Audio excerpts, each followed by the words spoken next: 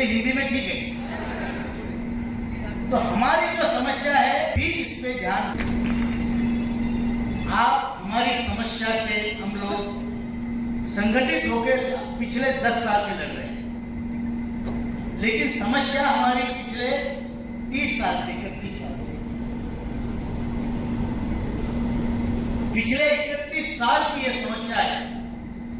और ये समस्या 30 साल में किसी ने सुलझाई नहीं। अनेक लोग जो इस स्कीम से जुड़े हैं, जो पेंशनर हैं, वो मर गए, खप गए, लेकिन ना किसी पॉलिटिकल पार्टी ने मुद्दा उठाया, ना किसी ट्रेड यूनियन ने मुद्दा उठाया। जो कामगारों का काम करते हैं वो ट्रेड यूनियन में भी बिल्कुल लक्ष्य नहीं दिया, ध्यान नहीं दिया। मेरी भाषा समझ में आ रही? मैं अगर बंगाली बोलूं तो आपको समझ में नहीं आएगा, तो इसलिए हिंदी में ठीक है। तो हमारी जो समस्या है भी इस पे ध्यान नहीं दिया। सीबीटी में 43 मेंबर्स है, कितने? 43। अली बाबा के कितने थे? 40। अली बाबा के चोर कितने थे? 40। सीबीटी में कितने चोर है? 43। जो हमारे अपने हैं, जो कामगारों से जाकर सीबीटी मेंबर बनते हैं, वो 10 लोग हैं। 3 बीएमएस के, पहले का कॉम्बिनेशन बता रहा हूं, अभी थोड़ा बदल गया, लेकिन 10 है। 3 बीएमएस के, 3 इंटर के, 3 कम्युनिस्टों के और 1 एचएमएस का। ये 10 लोग हमारे अपने हैं, बराबर। ट्रेड यूनियन से गए हैं, तो कामगारों के हुए कि नहीं हुए? बोलो।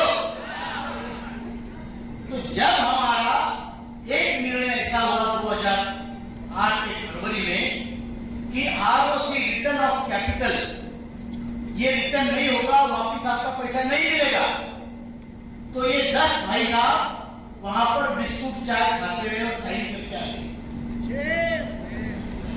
तो ये ट्रेड यूनियनों का, उनके रिप्रेजेंटेटिव का हमारे ऊपर उपकार है। जो हमारा पैसा गया वो वापस नहीं आएगा, ये निर्णय हुआ 2008। क्योंकि ब्यूरोक्रेटिक सिस्टम में अभी उनको समाज से कुछ लेना देना नहीं है, उनको कागज पत्र फाइल इसी से लेना है। और उन्होंने अभी इतने सारे, वो हमारे देश के, हमारे नागरिक हैं, आईएएस अधिकारी जो भी है, कोई वहां सीपीएफसी होगा, कोई आरपीएफसी होगा, कोई अपना लेबर सेक्रेटरी होगा, उसका सेक्रेटरी होगा, उसका अंडर, उसका और बहुत सारे सेक्रेटरी। किसी को भी ये नहीं लगा कि ये स्कीम में बदलाव होना चाहिए या इसमें सुधार होना चाहिए। मेरे भाइयों के ऊपर, मेरे बूढ़े लोगों के ऊपर ये अन्याय है, ये उनके भी ध्यान में नहीं आया।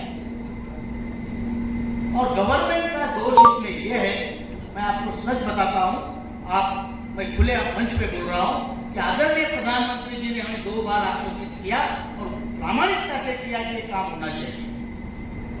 हमारे अस्तित्व का प्रश्न है, हमारे वजूद का प्रश्न है, हमारे आइडेंटिटी का प्रश्न है। आज मेरे घर में मेरी आइडेंटिटी क्या है? मैं एक दादा हूं, मैं एक नाना हूं, बराबर। लेकिन जब मेरी नाती मेरे पास आती है, कहती है दादाजी मेरा हैप्पी बर्थडे है, तो मेरे जेब से फ्रॉक के लिए 200-500 रुपए नहीं निकलते। तो मेरी आइडेंटिटी मेरे घर में क्या है?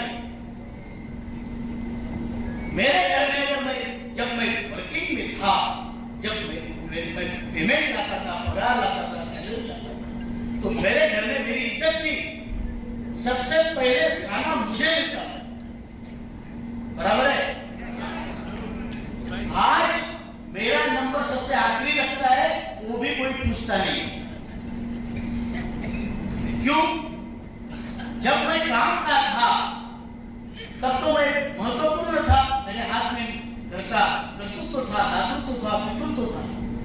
आज 1000 रुपए वाला बाप किसी को नहीं चाहिए। मेरे घर में मेरी इज्जत कम हो रही है, मेरा आत्मसम्मान कम हो रहा है, और ये मेरी क्रांति है। 7,500 रुपए ये तो जरिया है कि मेरा मान बढ़े।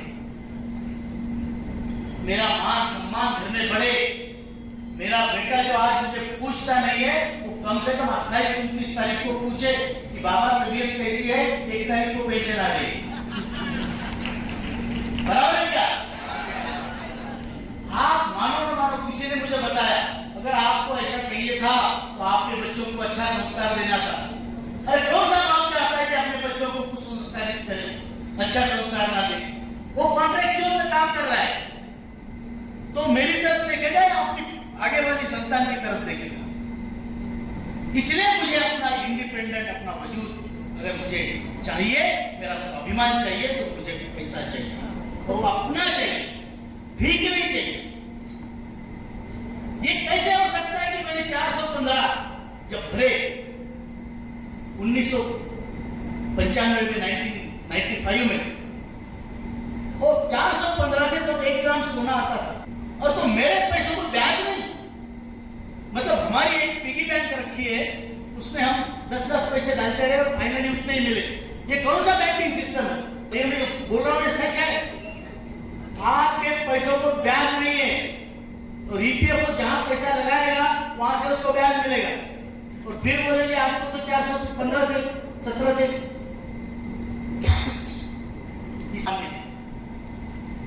अब इतने सामान्य लोग हैं कि हमारे पास न शक्ति है, ना उम्र है,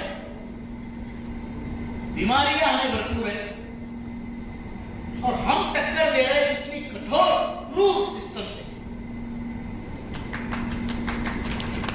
और उसके लिए हम संगठित हुए। इतनी बड़ी सिस्टम से इतने असहाय लोगों ने टक्कर देना, ये किसी रामायण से कम नहीं है। 10 मुख वाला रावण, सोने की लंका वाला रावण, अतिशय विद्वान रावण, अतिशय पराक्रमी रावण, लेकिन संगठित होके वानरों ने उसको हराया। हम तो इंसान हैं, क्यों नहीं हराए और क्यों नहीं जीतेंगे? जीतना हमारा हक है, क्योंकि हमारा हक बनता है।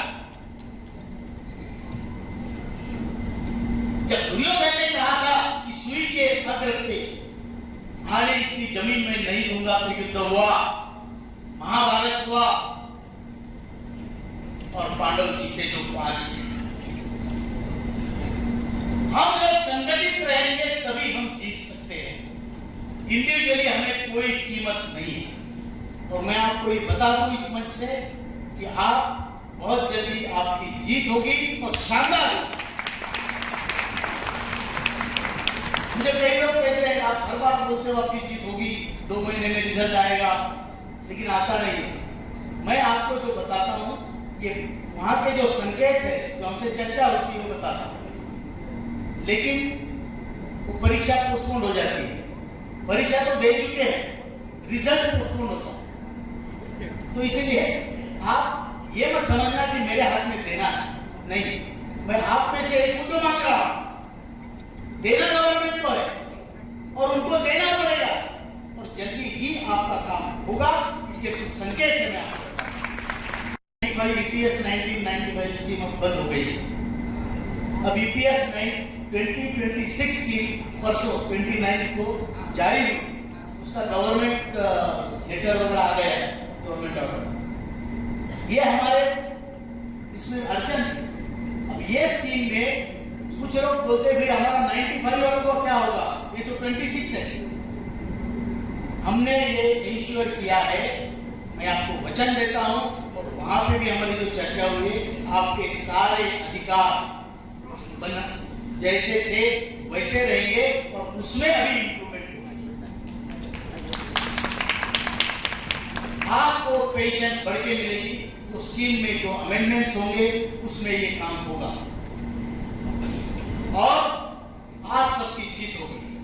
मैं आपको बताता हूं, आज आप हम सब लोग असहाय हैं, लड़ रहे हैं, झगड़ रहे हैं, अपनी तबीयत पे कोई किसी की चिंता नहीं है, सब लोग, सब हमारे नेतागण, आप लोग। लेकिन जब जीत होगी तो शानदार होगी, वो आपकी मेमोरेबल जीत होगी, और ऐसी जीत होगी कि आप मरने तक ये बोलोगे कि साला मैं लड़ा और जीता। बराबर? आपके बेटे को आपकी कितनी कीमत उस लड़ाई में है, लेकिन आपके मरने के बाद आपका फोटो लगाएगा तो बोलेगा ये था शेर जो जाके दिल्ली से भिड़ा और लेके आया आपके। ये अमर होने का आपका एक कुछ दिन के लिए, कुछ पीढ़ियों के लिए एक जरिया। ये लड़ाई सीधी सादी नहीं, मैंने बताया विषमता कितनी है, लेकिन ये भी बात सच है कि हमारी संगठन, आपकी संगठन नेशनल एजुकेशन कमेटी, ये 2 बार प्रधानमंत्री से आधा घंटा चर्चा की है, उनको सारी स्कीम समझाते, उनको इसके दुष्परिणाम, सामाजिक जो दुष्परिणाम इसके हैं वो बताए, मंत्री जी को बताए, वित्त मंत्री को बताए, उनको ये बताया है कि मेरा देश अगर मातृदेव हो, पितृदेव हो, गुरुदेव हो, संस्कृति का देश, उनका हक उन्हें क्यों नहीं मिलना चाहिए। ये सारी चीजें हुई है और इसका रिजल्ट आएगा। मैं आपको बता दूं कि ये नई स्कीम जो भी बनी है या उसी स्कीम को जो मॉडिफाई कर रहे हैं उसमें हमारा काम होगा। मेडिकल फैसिलिटी का हमने उनको बोला है, तो मंत्री जी बोले 70 साल के बाद आयुष्मान भारत सबको है, आप भी ले लो। हमने बोला नहीं, हमें 58 साल से चाहिए। रिटायर कामगारों का आयुष्य बहुत कठिन होता है, 58 साल में रिटायर होने के बाद तो उन्होंने प्रिंसिपली ये एग्री किया है 58 साल के बाद जो स्टेट गवर्नमेंट की हेल्थ स्कीम होगी उसमें आपको मेडिकल सुविधा मिलेगी और 70 साल के बाद आयुष्मान भारत में आपका ट्रांसफर होगा। हायर पेंशन के मामले में सिंह सर ने बताया है, हम दोनों 4 मांगे लेके चल रहे हैं, उसमें हायर पेंशन भी है, मिनिमम पेंशन भी है।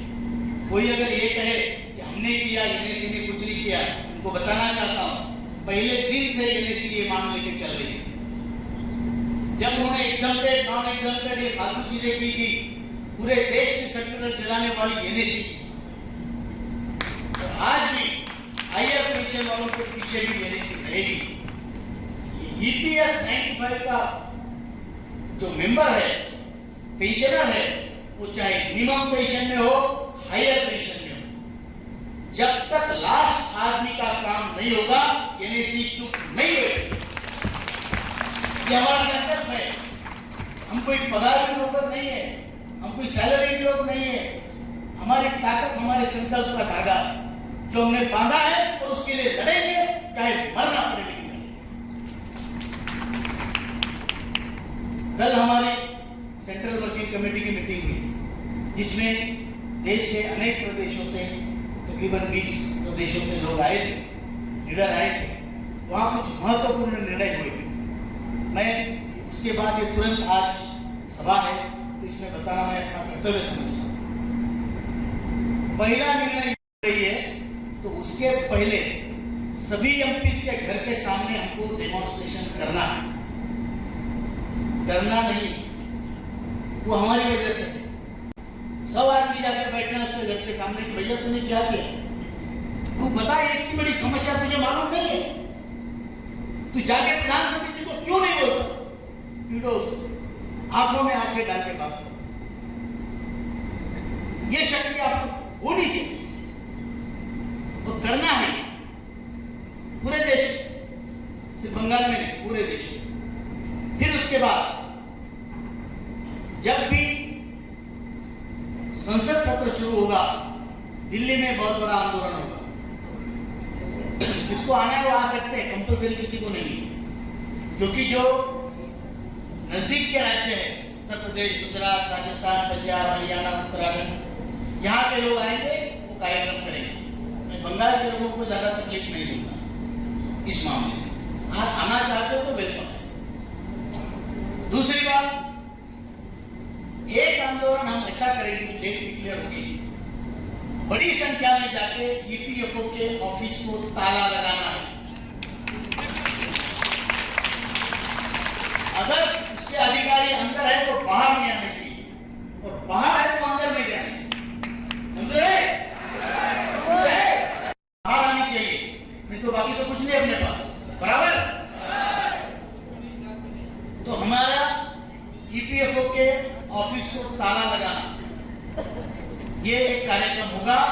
उसमें गिरफ्तारियां हम करवाएंगे। बराबर? मंजूर है? तैयारी है?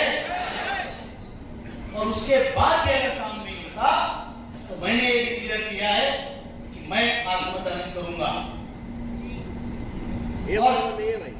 सुनिए दादा, मेरी बात मुझे बोलने दीजिए, आपकी बात आप बोलिए।